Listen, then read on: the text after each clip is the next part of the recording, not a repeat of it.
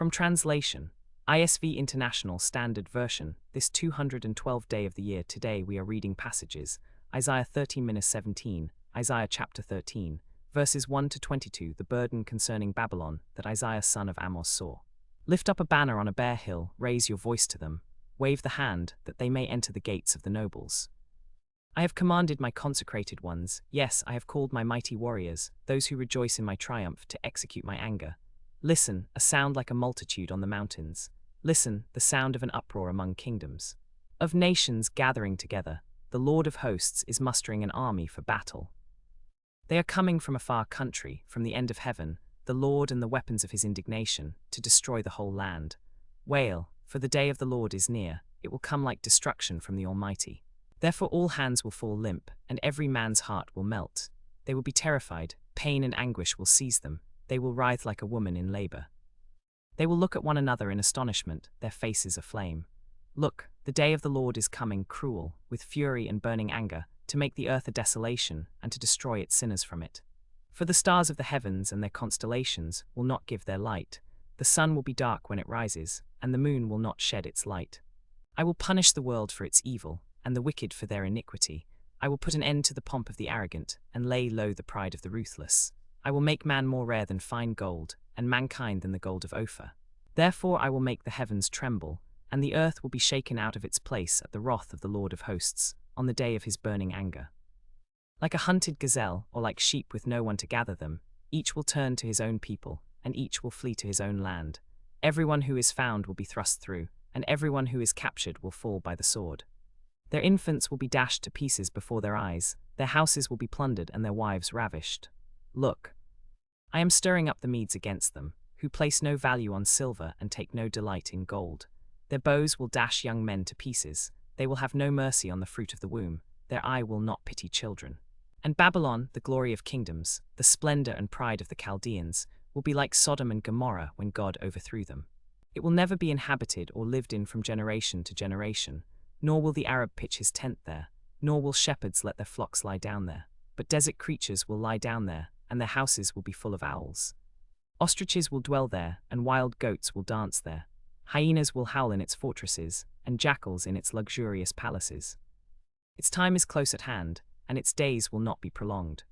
Isaiah chapter 14, verses 1-32. For the Lord will have compassion on Jacob and will again choose Israel, and will set them in their own land.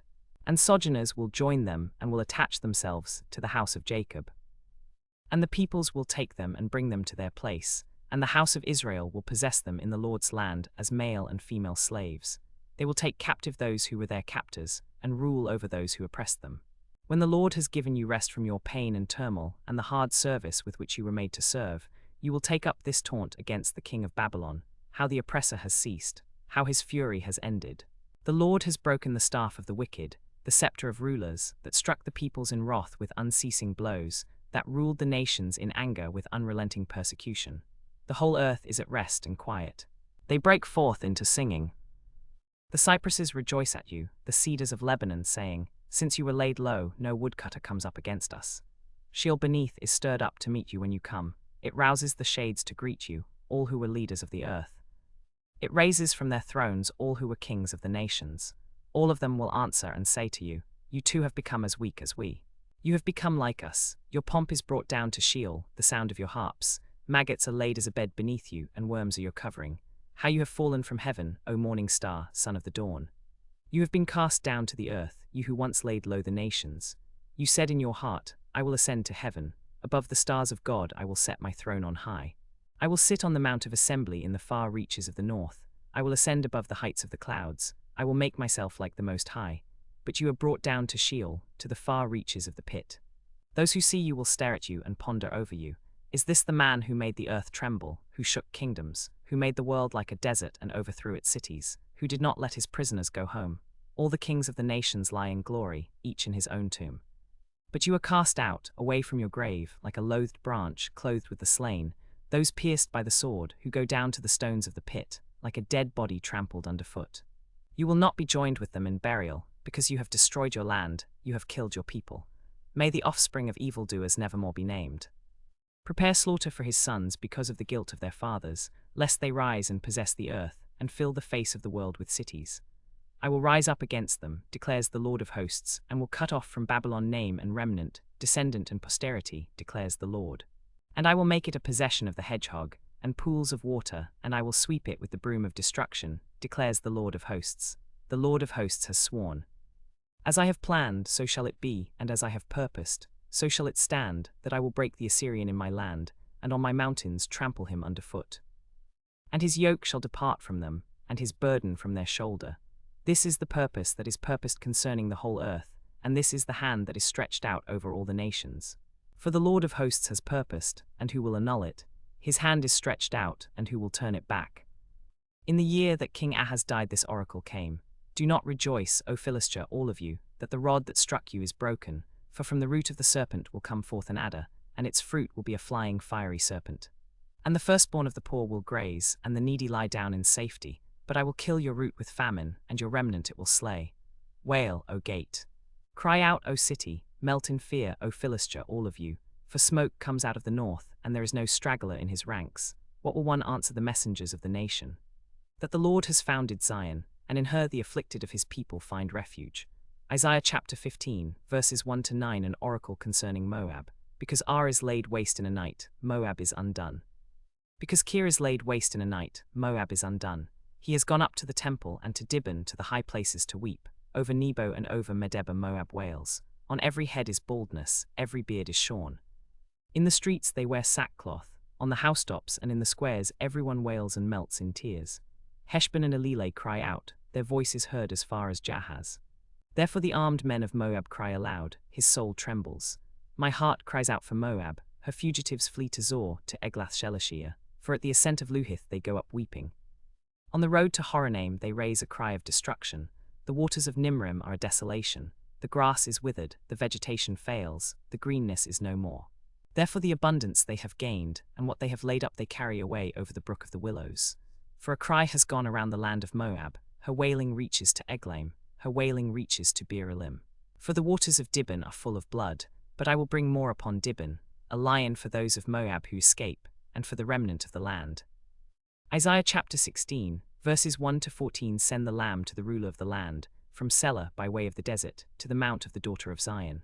Like wandering birds, like a scattered nest, so are the daughters of Moab at the fords of the Arnon. Give counsel, grant justice, make your shade like night at the height of noon. Shelter the outcasts, do not reveal the fugitive. Let the outcasts of Moab sojourn among you, be a shelter to them from the destroyer. When the oppressor is no more, and destruction has ceased, and he who tramples underfoot has vanished from the land, then a throne will be established in steadfast love, and on it will sit in faithfulness in the tent of David one who judges and seeks justice, and is swift to do righteousness.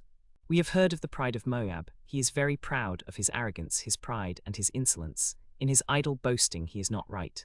Therefore let Moab wail for Moab, let everyone wail. Mourn, utterly stricken, for the raisin cakes of Kir-Haeseth, for the fields of Heshbon languish, and the vine of Sibmah. The lords of the nations have struck down its branches, which reached to Jazer and strayed to the desert. Its shoots spread abroad and passed over the sea. Therefore I weep with the weeping of Jazer for the vine of Sibmah. I drench you with my tears, O Heshbon and Elileh, for over your summer fruit and your harvest the shout has ceased. And joy and gladness are taken away from the fruitful field, and in the vineyards no songs are sung, no cheers are raised, no treader treads out wine in the presses. I have put an end to the shouting. Therefore my inner parts moan like a lyre for Moab, and my inmost self for Kir-Haeseth. And when Moab presents himself, when he wearies himself on the high place, when he comes to his sanctuary to pray, he will not prevail. This is the word that the Lord spoke concerning Moab in the past. But now the Lord has spoken, saying, in 3 years, like the years of a hired worker, the glory of Moab will be brought into contempt, in spite of all his great multitude, and those who remain will be very few and feeble. Isaiah chapter 17, verses 1 to 14, an oracle concerning Damascus. Behold, Damascus will cease to be a city, and will become a heap of ruins. The cities of Aroer are deserted. They will be for flocks which will lie down, and none will make them afraid. The fortress will disappear from Ephraim, and the kingdom from Damascus, and the remnant of Syria will be like the glory of the children of Israel, declares the Lord of hosts. And in that day the glory of Jacob will be brought low, and the fat of his flesh will grow lean. And it shall be as when the reaper gathers standing grain and his arm harvests the ears, and as when one gleans the ears of grain in the valley of Rephaim. Gleanings will be left in it, as when an olive tree is beaten, 2 or 3 berries in the top of the highest bough, 4 or 5 on the branches of a fruit tree, declares the Lord God of Israel. In that day man will look to his Maker, and his eyes will look on the Holy One of Israel. He will not look to the altars, the work of his hands, and he will not look on what his own fingers have made, either the Asherim or the incense altars. In that day their strong cities will be like the deserted places of the wooded heights and the hilltops, which they abandoned because of the children of Israel, and there will be desolation. For you have forgotten the God of your salvation, and have not remembered the rock of your refuge. Therefore, though you plant pleasant plants and sow the vine branch of a stranger, though you make them grow on the day that you plant them, and make them blossom in the morning that you sow, yet the harvest will flee away in a day of grief and incurable pain. Ah, the thunder of many peoples, they thunder like the thundering of the sea. Ah, the roar of nations. They roar like the roaring of mighty waters. The nations roar like the roaring of many waters, but he will rebuke them, and they will flee far away, chased like chaff on the mountains before the wind and whirling dust before the storm. At evening time, behold, terror, before morning they are no more. This is the portion of those who plunder us, and the lot of those who rob us.